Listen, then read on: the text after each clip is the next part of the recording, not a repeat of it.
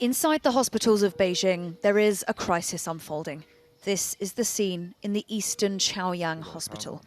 The COVID-positive, largely elderly laid out. The lucky have a bed, many do not. This is clearly a place where the virus is surging and the system is straining. Outside, there are various signs things are not all well. Ambulances come and go constantly, as do wheelchairs of the unwell. Multiple families here told us they've been desperately trying to get beds for their relatives. This group have finally been given one.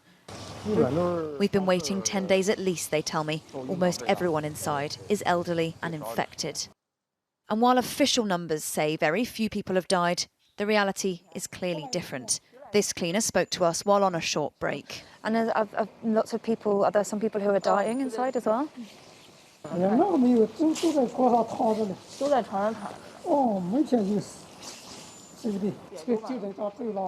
But despite this, restrictions are being wound down rather than up.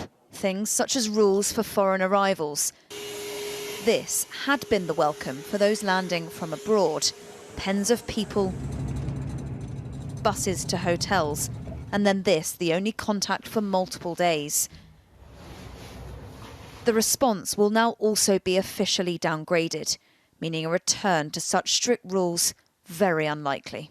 It is remarkable how quickly this U-turn has happened. Within just 3 weeks, almost every restriction is now gone. But it's still the case that China has a large population with low levels of immunity and a hospital system that is under-resourced with not enough intensive care beds. It is now under immense pressure. But it seems the political pressure of persisting felt worse. The economy limping and people angry. Experts say there's now no going back. China has really embraced an entirely different strategy with gusto, with the same zeal that they pursued zero COVID.